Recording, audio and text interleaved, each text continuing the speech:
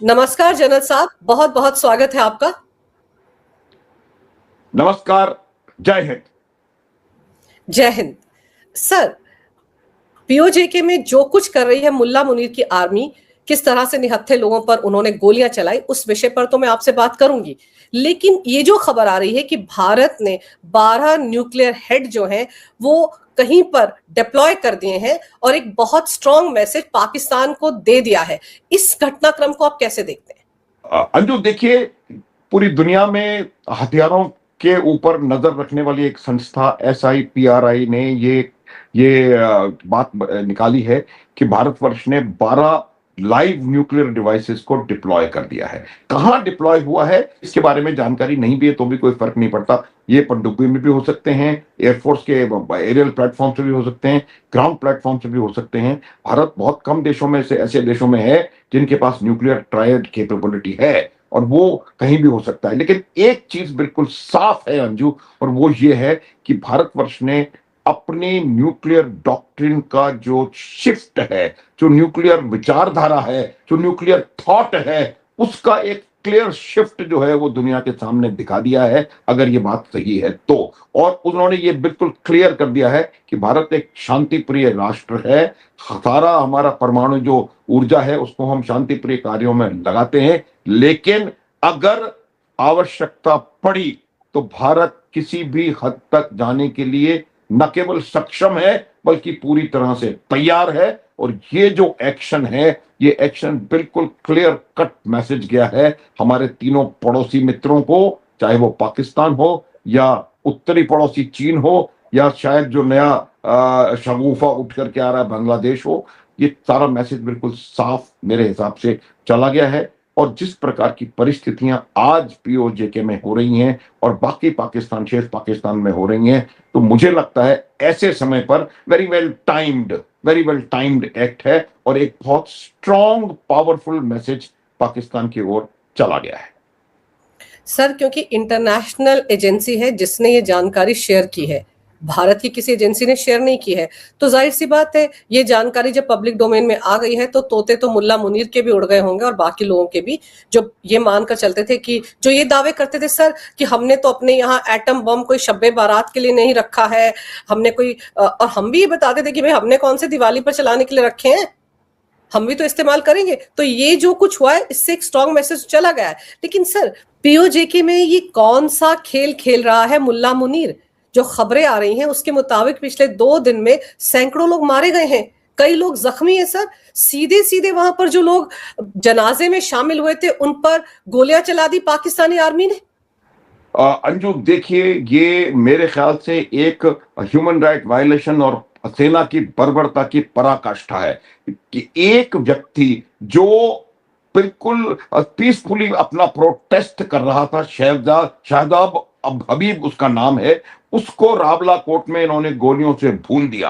और जब उस व्यक्ति का बड़ी मुश्किल से उसका शव इनको दिया और जब उसकी शव यात्रा निकल रही थी, उस शव यात्रा पर जिस प्रकार से इन्होंने गोलीबारी करी है, मेरे ख्याल से उससे ज्यादा खराब, बर्बर और बेकार गलत बात हो नहीं सकती। आप देखिए, हमारे सनातन में या कहीं भी चले जाइए आप, जब भी कोई शव यात्रा निकल रही होती है तो उसके सम्मान में लोग अपना काम रोक करके उसके सम्मान में खड़े होते हैं। उसको जो जिस प्रकार से भी उसको दुआ सलाम करना होता है वो करते हैं। ऐसे प्रोसेशन के ऊपर इस मुल्ला मुनीर की फौज ने बर्बरता पूर्वक उसके ऊपर गोलीबारी करी और कहने को तो अलग अलग फिगर्स हैं, सैकड़ों लोगों को खत्म कर दिया। आप अगर उनके विजुअल्स को देखेंगी, जो जो वहां से वीडियोस निकल के आ रहे हैं, उनको आप देखेंगी कि एक व्यक्ति कैसे अकेला हाथ ऊपर करके दौड़ रहा है और वो शायद सरेंडर करना चाहता है और उसको बर्बरता से आप उसकी पैरों में गोली मार के उसको उसको मार देते हैं। उसके अलावा जब आप कोई हथियार लेकर के, तो आप जनाजे में किसी के जाएंगे नहीं। जब आप जनाजे पर इस तरीके से हमला कर सकते हैं तो मेरा यह मानना है कि ये मुल्ला मुनीर और उनकी सेना की बर्बरता की निश्चित रूप से एक ऐसी कहानी है जिसको कि पूरी दुनिया में कंडेम्ड किया जाना चाहिए। एक चीज जो मेरे को खलती है हमेशा, वो ये है कि जो लोग ह्यूमन राइट्स के चैंपियन बनते हैं पूरी दुनिया में, चाहे वो अमेरिका हो या कोई और यूरोपियन देश हो या कोई भी हो, वो चैंपियन लोग इस समय इस सीन से कहां गायब हैं और क्यों गायब हैं, ये भी देखने की आवश्यकता है। तो मेरा यह मानना है कि जहां तक इस चीज को देखा जाए, ये एक ऐसा बर्बरतापूर्ण कायराना एक्ट पाकिस्तानी सेना का है, जो सिर्फ और सिर्फ एक चीज के लिए किया जा रहा है कि वो कश्मीर से उठने वाली आवाज को बलपूर्वक बलात् इसको बंद करना चाहते हैं, इसको शांत करना चाहते हैं। ये मेरे को लगता है, और इसीलिए उन्होंने ऐसा, मैं ये कह रहा हूं आपको कि पाकिस्तान की आर्मी ऐसी आर्मी है कि अगर सामने वाले के पास हथियार होगा तो शायद वो डर जाए।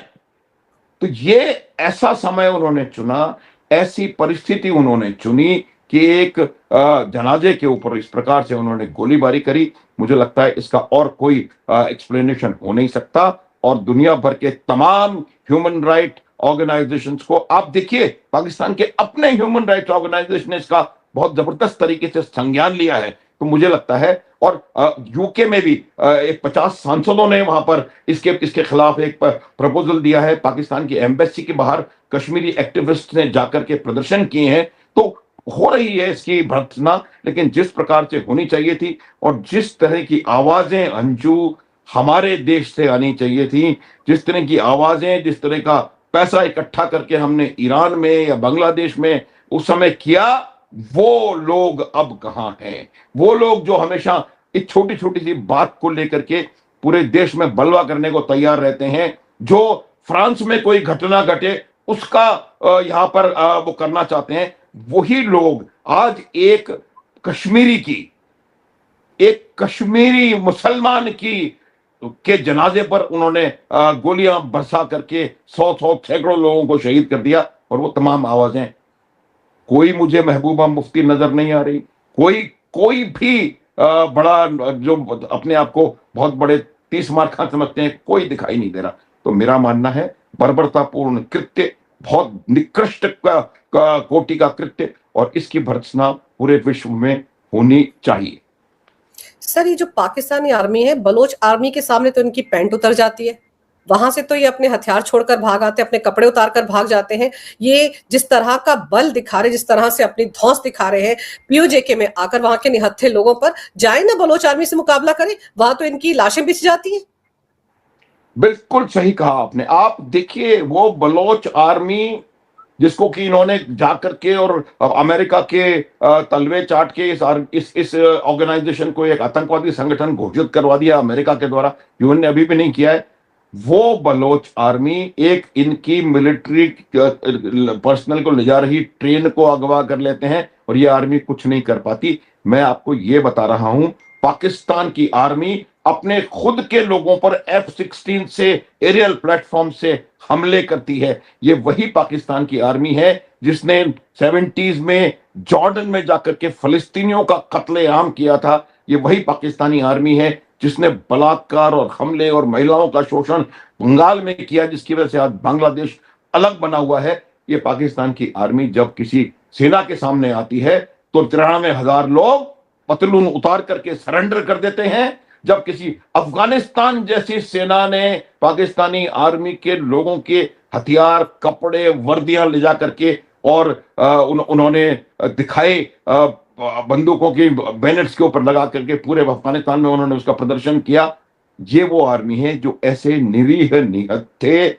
लोगों के ऊपर, जो कि एक जनाजे में ऐसे समय निकल रहे हैं, उनके ऊपर हमले करके और उनको दौड़ा दौड़ा करके बंदूकों से फायर करके मारती है। ये बिल्कुल आपका कहना सही है कि इस आर्मी का प्रोफेशनलिज्म जो है वो शून्य भी नहीं है, और कोई भी प्रोफेशनल आर्मी इस प्रकार से कभी भी हरकत नहीं करेगी, कभी भी। और आपको घमंड होना चाहिए कि किस प्रकार से हमारी आर्मी जब भी कोई इस प्रकार की सिचुएशन होती है तो कैसे इसको हैंडल करती है। ये पाकिस्तान की आर्मी का जो एक विभत्स चेहरा है, उसकी एक बहुत घटिया किस्म की उसका प्रदर्शन आपको देखने को मिला, और यही वो पूरी जगह पर करने की कोशिश कर रहे हैं।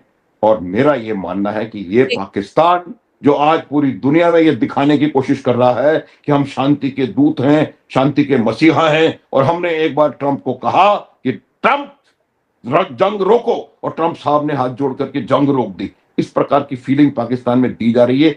वो पाकिस्तान की आर्मी आज अपने आप को अफगानिस्तान से पिटता हुआ देख रही है, बीएलए से पिटता हुआ देख रही है, खैबर पख्तूनख्वा में टीटीपी से पिटता हुआ देख रही है, और अब आजाद कश्मीर के लोग उनको उनको उनका उनका सही स्थान दिखाएंगे। अंजू, ये बहुत ज्यादा अनप्रोफेशनलिज्म की एक अपर लिमिट कहीं ना कहीं देखने को नजर आ रही है।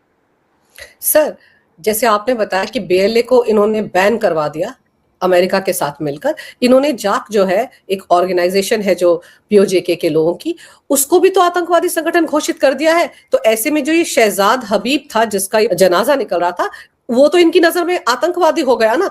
और यही ऑर्गेनाइजेशन है जो वहां के लोगों के अधिकारों के लिए लड़ रही है, उन वहां के लोगों की बातें पाकिस्तान के हुक्मरानों तक पहुंचा रही है, और वही इनकी नजर में आतंकवादी संगठन हो गया।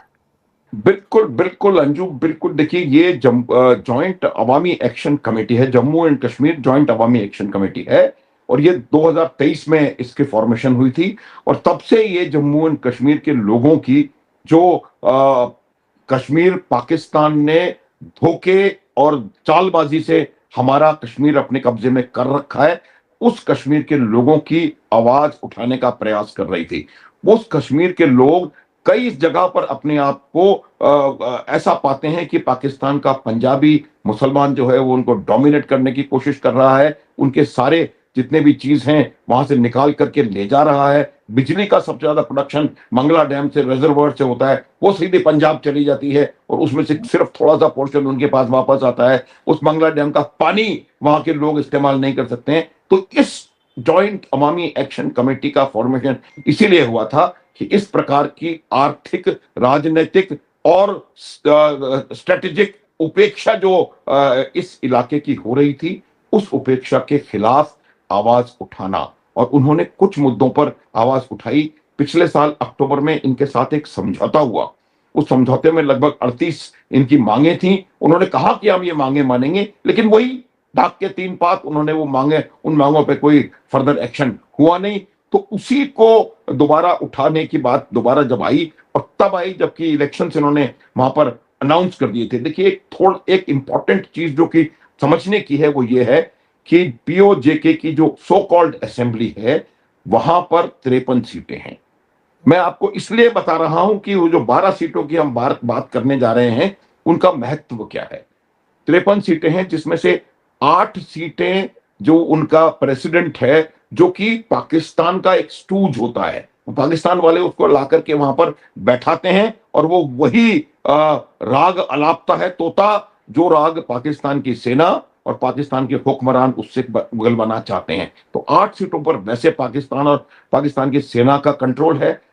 बाकी 45 सीटों में से 12 सीटें ऐसी रखी गई हैं जो कि विस्थापित कश्मीरियों के लिए हैं। ये समझना जरूरी है। और 12 सीटें विस्थापित कश्मीरियों के नाम पर पाकिस्तान की मेन स्ट्रीम पॉलिटिकल पार्टीज और पाकिस्तान की आर्मी अपने लोगों को उन सीटों पर जितवा करके वहां पर भेजती है।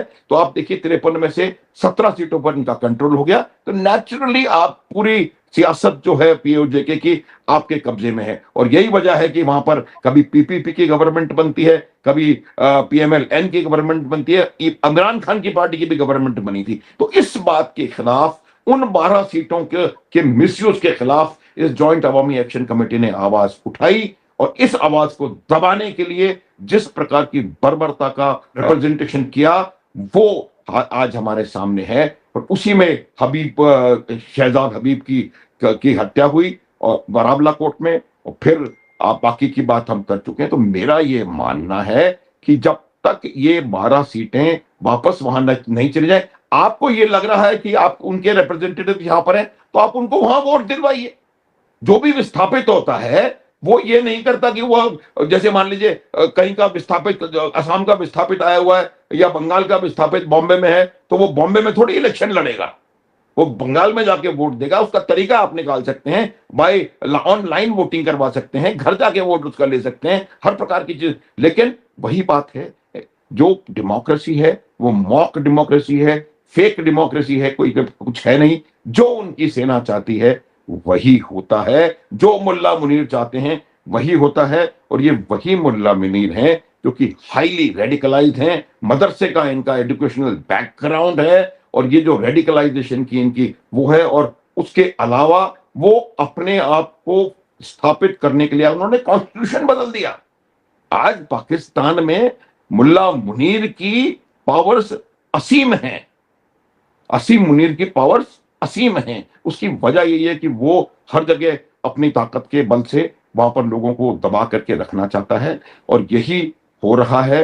और इन 12 सीटों को हटवाने के लिए ये अब JAAC प्रदर्शन कर रही थी, लगातार डिमांड कर रही थी। तो 5 जून को इस अच्छे सिंपल, बिल्कुल किसी भी प्रकार की हिंसा या किसी प्रकार की अराजकता में शामिल नहीं हुए हुए संगठन को इन्होंने आतंकवादी संगठन डिक्लेयर करके 5 जून को इन पर बैन लगा दिया।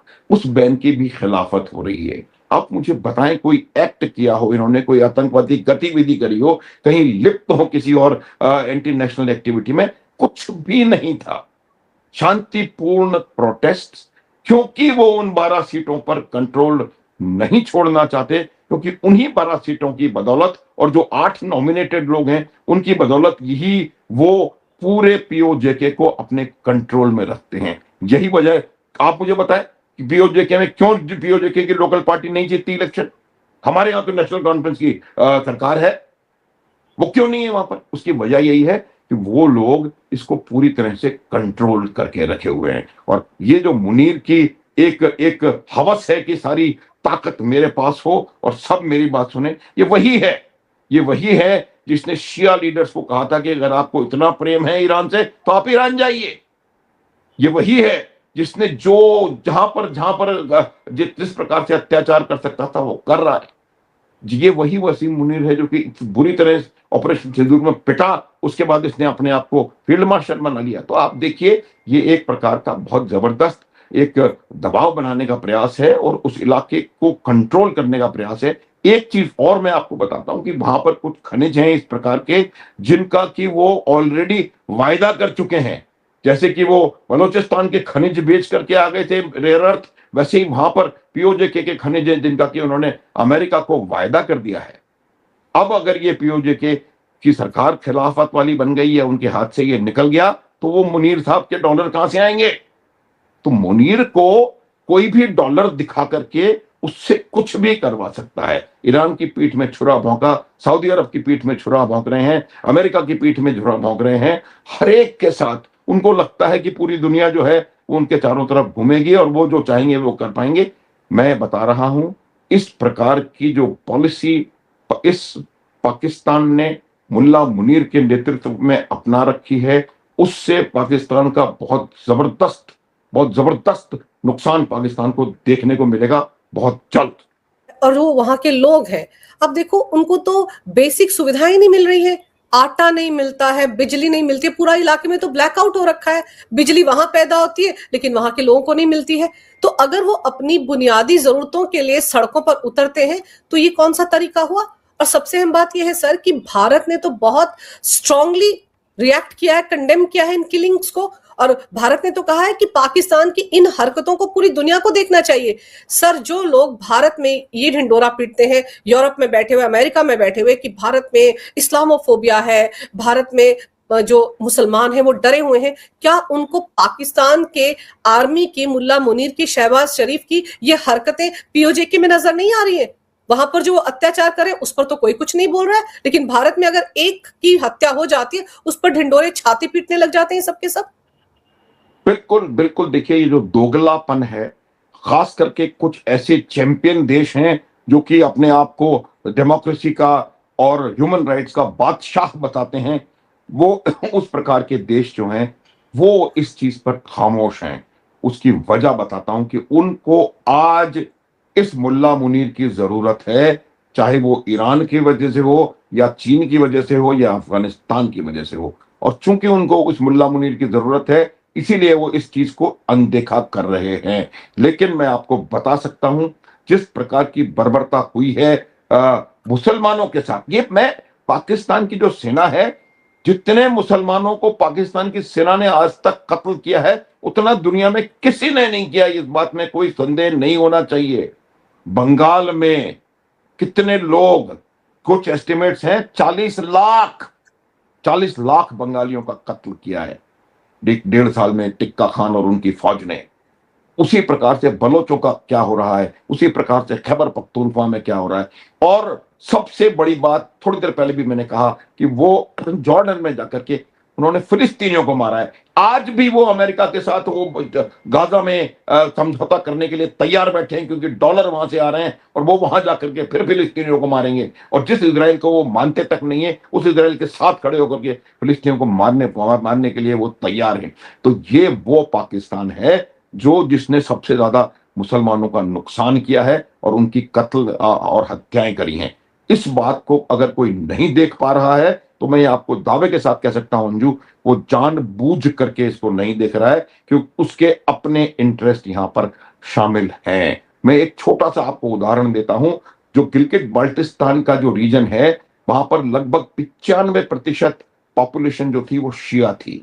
आज वहां पर उन्होंने पंजाबी मुसलमान बसा बसा के उसको 50 से 55% के आसपास लेकर के आए, आधे आधे हो गए हैं। ये पूरी तरह से जो जिस प्रकार से वहां पर अपना दबदबा कायम करना चाहते हैं और पूरे पाकिस्तान को, जो जितने भी पाकिस्तान के सूबे हैं वहां पर पूरी तरह से पंजाबी सुन्नी मुसलमान डोमिनेशन को वहां पर बनाना चाहते हैं, वो हरकतें वहां पर चल रही हैं। लेकिन आज आप देखिए कि भारत के विदेश मंत्रालय ने बिल्कुल क्लियर शब्दों में कह दिया है और क्लियर शब्दों में यह कहा है कि इस बर्बरता का संज्ञान पूरे विश्व को लेने की आवश्यकता है और इसका विरोध होना चाहिए। मुझे अफसोस सिर्फ इस बात का है, दोबारा कहूंगा, कि जो हमारे यहां जो आवाजें थी वो मोमबत्ती वाली फौज और वो जो लीडर थे जो पूछते हैं कि हमारे कितने जहाज गिर गए, या हम जो कहते हैं कि हम पहले दिन ऑपरेशन सिंदूर में हार गए थे, या हमने बांग्लादेश में ये कर दिया, या तो वो लोग, वो आवाजें कहीं ना कहीं मुझे बहुत डेंजरसली मिसिंग नजर आ रही हैं। और ये खास करके वो लोग जो जम्मू कश्मीर में आज कहते हैं, वो कहते हैं जम्मू कश्मीर हमारा है, हमारे लोगों को वो कत्ल कर रहा है पाकिस्तान की आर्मी, उसका हमारे पास कोई जवाब नहीं है, उसके बारे में कोई प्रश्न नहीं है। अमेरिका ईरान पर हमला करता है तो आप करोड़ों अरबों रुपए निकाल करके इकट्ठे करके, गहने इकट्ठे कर करके वहां भेज देते हो। अब वो लोग कहां है कि उनके अपने कश्मीरी भाई बहन जो कि पाकिस्तान के इलीगल कब्जे में हैं, उनके ऊपर इस पूरी तरह से अत्याचार हो रहा है। मैं बता रहा हूं, मैं एक चैनल पे था, वहां पर एक पीओ के एक्टिविस्ट बैठे थे, उन्होंने ये बताया है कि 3 दिन पहले पूरे रावला कोट में अंधेरा कर दिया, लाइट गायब कर दी। लोग बाग प्रोटेस्ट, जो मेल फोक था वो बाहर प्रोटेस्ट कर रहे थे। पाकिस्तान की घटिया फौज जो थी लोगों के घरों में घुसी और उन्होंने वहां जाकर के महिलाओं के साथ बदतमीजी करी, बर्बरता करी। तो आप देखें कितने लोगों को उन्होंने कत्ल किया एक दिन। वो कह रहा है 400 लोगों को मारा। मैं कहता हूं चलो 400 नहीं, 200 तो उसमें होंगे।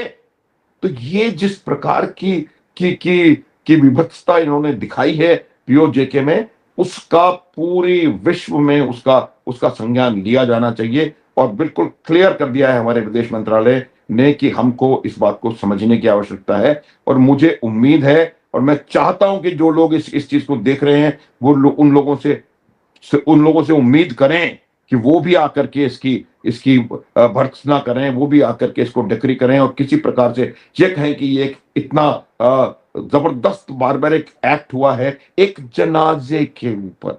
उसके पहले रावला कोट में आपने घरों में घुसकर, जब मर्द बाहर हैं तो वहां घरों में घुसकर अंधेरा करके, अब हमें इससे ज्यादा खराब सिचुएशन, खराब बात मुझे नहीं लगता कुछ और हो सकती है। लेकिन ये बहुत ज्यादा Pakistani, Punjabi, Muslim, Sunni Muslim dominated armed forces का काम करने का हमेशा से तरीका रहा है।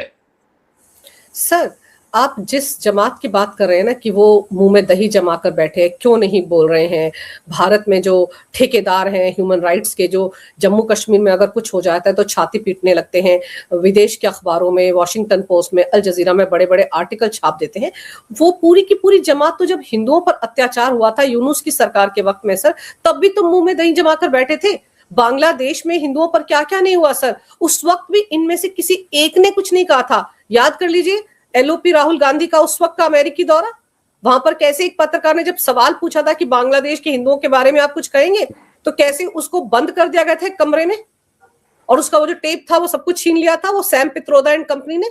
तो ये लोग तो सर कुछ बोलेंगे ही नहीं, ये तो जिसे कहते हैं ना कि अपनी सहूलियत के हिसाब से राजनीति करते हैं। आखिर इनका वोट बैंक भी तो वही है, जो पाकिस्तान बोलते हैं वही तो हमारा विपक्ष बोलता है सर, उससे अलग तो कुछ बोल ही नहीं सकते वो। बिल्कुल अंजू, बिल्कुल आप सही कह रही हैं। देखिए, ये पूरा का पूरा जो किस्सा है वो सिर्फ और सिर्फ वोट बैंक कंसोलिडेशन का है।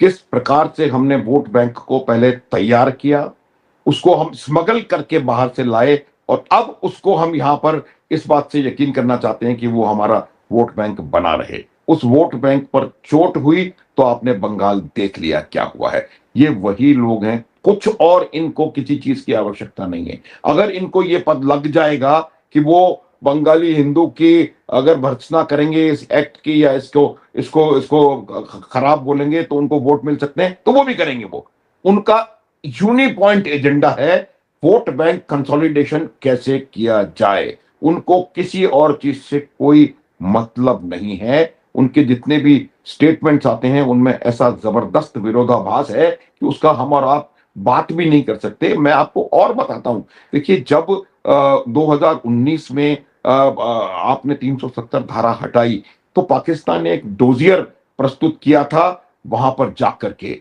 यूनाइटेड नेशंस में, और उस डोजियर में नाम थे इसी एलओपी का, और भी इनके तरीके के जो इनकी विचारधारा के लोग हैं उनके नाम थे उसमें। उस डोजियर में पाकिस्तानियों के नामों से ऊपर हमारे लोगों के नाम थे, क्योंकि उनको पता है कि भारतवर्ष में वोट बैंक कंसोलिडेशन के चलते कोई किसी भी हद तक जा सकता है, तो वो लोग वो हैं। तो इस बात को आप इनके जो एक्शंस हैं वो डायरेक्टली उसी चीज के ऊपर डिपेंडेंट हैं, और उनको कहां पर किसके साथ क्या हो रहा है कोई लेना देना नहीं है। ये अगर सच्चे हैं तो अब समय है कि अब आप अपने खुद के जेएंड के, जो कि पाकिस्तान ने गलत तरीके से हथियार रखा है, उसके लोगों पर जब अत्याचार हो रहा है तो आप पूरा देश एक आवाज में उसकी भर्त्सना करे। ये मुझे लगता है आवश्यक है। अब आप वोट बैंक पॉलिटिक्स को छोड़ करके और देश हित की बात करना शुरू करना चाहिए। सर, ये जमात तो वो है जो 2021 में जब बंगाल में चुनाव हुए थे, उस वक्त पोस्ट पोल वायलेंस जो हुआ था तब भी हिंदू टारगेट पर थे, उस वक्त भी इन्होंने कुछ नहीं कहा था। लेकिन अभी 4 दिन पहले जब अंडे पड़ गए अभिषेक बनर्जी को, तो आप देखो कैसे लोग छाती पीट रहे थे, अरे कानून व्यवस्था की तो धज्जियां उड़ गई बीजेपी सरकार में बंगाल में, उसको याद कर रहे थे, उसके लिए रोग आ रहे थे, लेकिन 2021 की सारी वारदातें भूल गए सर। तो ये बांग्लादेश के हिंदुओं के लिए या पीओजेके के मुसलमानों के लिए क्यों रोएंगे सर, इनकी राजनीति यहीं तक है। लेकिन भारत ने सख्त रवैया दिखाया सर। ऑप्शंस आपके हिसाब से भारत के सामने क्या है? सिर्फ सख्त रवैया अपनाकर वर्ल्ड प्लेटफॉर्म पर इसको उठाया जा सकता है, इसके अलावा तो और कुछ भारत कर भी नहीं सकता क्या? नहीं नहीं नहीं नहीं, भारत देखिए इस चीज को उठा करके वर्ल्ड प्लेटफॉर्म के सामने लाना एक तरीका है, और कुछ इस प्रकार के एक्शंस लेना जिससे कि एक मैसेज वहां जाए, वो भी एक तरीका है। ये भारत सरकार है, ये 2026 का भारत है, ये वो भारत है जो कि अपनी बात को कहने में विश्वास रखता है। ये वो भारत है जो कि सर्जिकल स्ट्राइक करता है, बालाकोट एयर स्ट्राइक करता है, ऑपरेशन सिंदूर करता है, और अब न्यूक्लियर ट्रायड को एक्टिवेट कर रहा है। ये तमाम चीजें जो हैं वो भारत कर रहा है, लेकिन आवश्यकता हमें ये है कि इस चीज का संज्ञान पूरा विश्व ले, और जो भारत के अंदर जो मैं 2.5 फ्रंट की हमेशा बात करता हूं, जो जनरल बिपिन रावत ने कहा था, उस आधे फ्रंट को हैंडल करना वो बहुत ज्यादा आवश्यक है। और वो आधा फ्रंट तभी हैंडल होगा जब उनको क्योंकि वो जो फ्रंट है वो, जैसा कि आप बिल्कुल सही कह रही थी, कि जो पाकिस्तान आज कहता है वो कल कहता है, या उल्टा जो उन्होंने आज कहा वो स्क्रिप्ट पाकिस्तान से आ रही है, बिना कॉमा फुल स्टॉप इधर के उधर हुए, पूरा वर्बेटिम वो का वही स्टेटमेंट वहां से आता है। वो पाकिस्तान हो या चीन हो, चीन कहता है कि हमने गलवान में मार दिए, ये कर दिया, तो वो भी कहते हैं, जबकि बात कुछ और है। और मैं तो यूं कहता हूं कि बात जब अपने राष्ट्रहित की बात है, तो अगर अपने राष्ट्रहित में आपको कुछ भी करना पड़े, आप उसको करने के लिए तत्पर रहने चाहिए। लेकिन वोट बैंक को साधने के लिए राष्ट्रहितों से समझौता करना, ये मुझे नहीं लगता कि किसी भी प्रकार से भारतवर्ष के उसमें है। भारत अच्छे एक्शन ले रहा है। भारत के विदेश मंत्रालय ने सही तरीके से इसको बता दिया है। हमने विरोध जता दिया है, न केवल इसका बल्कि जो गिलगिट बाल्टिस्तान में चुनाव प्रक्रिया हो रही है उसका भी, और जो चुनाव यहां पर होने वाले हैं उसका भी हमने पुरजोर विरोध किया है। साफ बता दिया गया है पाकिस्तान को कि ये हिस्सा हमारा है, था और रहेगा। ये आपके अनधिकृत कब्जे में है। और अब आप देख रही हैं किस प्रकार से वहीं से आवाजें आनी शुरू हो गई हैं। और मुझे लगता है यही आवाजें हैं जो कि वो दोबारा पूरा जम्मू कश्मीर, भारत का सिरमौर, भारत का शीर्ष जो है, वो दोबारा हमारे पास इकट्ठा होकर के आएगा। बिल्कुल सही कह रहे हैं आप सर। जो कुछ पीओजेके में हो रहा है उस पर पैनी नजर है भारत की। भारत को भी पता है कि क्या क्या ऑप्शंस उसके सामने हैं। पड़ोसी देशों में जो जो हरकतें होती हैं सर, उस पर तो नजर रखनी भी जरूरी है। और एक स्ट्रांग मैसेज भारत की तरफ से पहले ही जा चुका है कि वर्ल्ड कम्युनिटी को देखना चाहिए कि पीओजेके में किस तरह से अत्याचार कर रही है मुल्ला मुनीर की आर्मी। लेकिन देखते हैं आने वाले दिनों में और क्या कुछ वहां पर होता है, और मुल्ला मुनीर यहीं पर रुकते हैं या फिर और रायता फैलाते हैं। सर, आपने समय निकालकर इस विषय पर बहुत अहम जानकारी मेरे दर्शकों को दी। आपका बहुत बहुत धन्यवाद। नमस्कार। भारत माता की जय। वंदे मातरम। जय हिंद।